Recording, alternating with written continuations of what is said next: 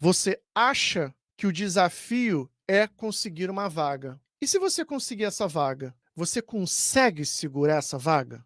Você consegue entender o que você realmente precisa fazer nessa vaga, sabe? Porque assim, nenhuma empresa vai falar assim: "Ah, não, ô Marcelo, fica tranquilo, você tem aí alguns meses para se entender, para entender como que as coisas funcionam". Não é assim. Quem é PO sabe muito bem, você vai ter que entrar a 200 por hora, já entregando resultado. Por isso que eu não passo pano, eu falo mesmo, essa é a verdade. Então assim, para você chegar a 200 por hora, você tem que saber o que que você tem que fazer. Imagina um carro de Fórmula 1, ele está saindo do box, ele pega a pista principal e o cara vai pensar assim: "Ih, rapaz, para onde eu vou? Vou para a direita, vou para a esquerda?". Não dá. Não dá, você tem que conhecer a pista, você tem que conhecer o traçado ali da pista e já sair toda. E conhecer a pista, conhecer o traçado da pista, significa você saber exatamente muito bem o que você precisa fazer, principalmente na primeira semana de trabalho como PO ou APM. Primeira coisa, o que que você precisa fazer? O que que você precisa fazer na primeira semana de trabalho? Então eu vou dizer aqui 3 atividades e vou tentar trazer mais detalhes sobre isso. Inclusive, essa experiência, essa exigência nessa primeira semana, ela é muito intensa. Primeira coisa que você precisa mapear, você precisa entender o contexto de negócios no qual você está inserida, que você está inserido. Ah, tá bom, a empresa é muito grande, é uma empresa de educação. Não, mas espera aí. Dentro de uma empresa de educação, você tem vários processos. Você tem um processo de captação, processo de retenção, você tem processos de manutenção ali do aluno. Você está onde? Você está em que processo? Você está em que caixinha? Você tem que entender quais são os grandes atores dessa caixinha. Quem são essas pessoas? O que que elas fazem? Isso na primeira semana. Porque quando você for cair no backlog, for conversar com as pessoas, você já tem mapeado isso. Você já vai entender quem são essas pessoas, com quem você tem que falar, com quem você tem que tomar cuidado, quem são os principais stakeholders interessados no produto que você está tomando conta. Então você vai ter que entender tudo isso. Então, a primeira coisa é entender o contexto de negócios.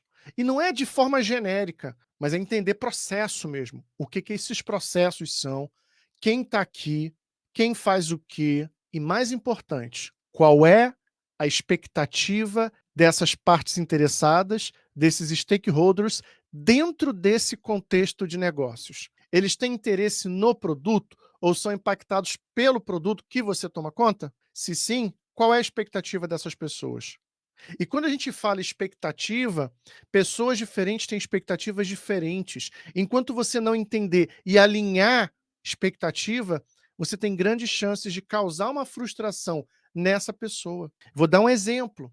Eu trabalhei em num desenvolvimento de um produto de automação de força de vendas. Isso eu já contei algumas vezes essa história. E aí a gente foi implantar numa indústria de papel, Niterói.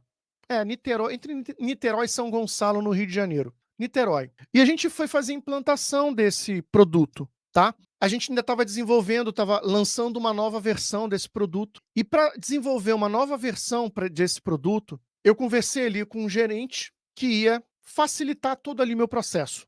Ele era um gerente do cliente. E aí eu conversei com ele e falei assim: "Cara, deixa eu conversar, alinhar uma coisa aqui contigo. Olha só, a gente está desenvolvendo aqui o produto, o processo de desenvolvimento é esse. Eu vou precisar de você de 2 em 2 semanas aqui, ou de semana em semana, não me lembro, para fazer isso, para fazer aquilo, para capturar o teu feedback". Ele falou: "Rapaz, eu não tenho tempo para isso". Falei: "Uau, como é que você não tem tempo? Se você não tem tempo para me dar o teu feedback, como é que eu vou implantar esse produto aqui para você?", porque era um produto B2B, tá? E é aí que eu descobri, fazendo esse alinhamento, que essa grande parte interessada, se eu não tivesse endereçado ela desde o início, sabe o que que ia acontecer?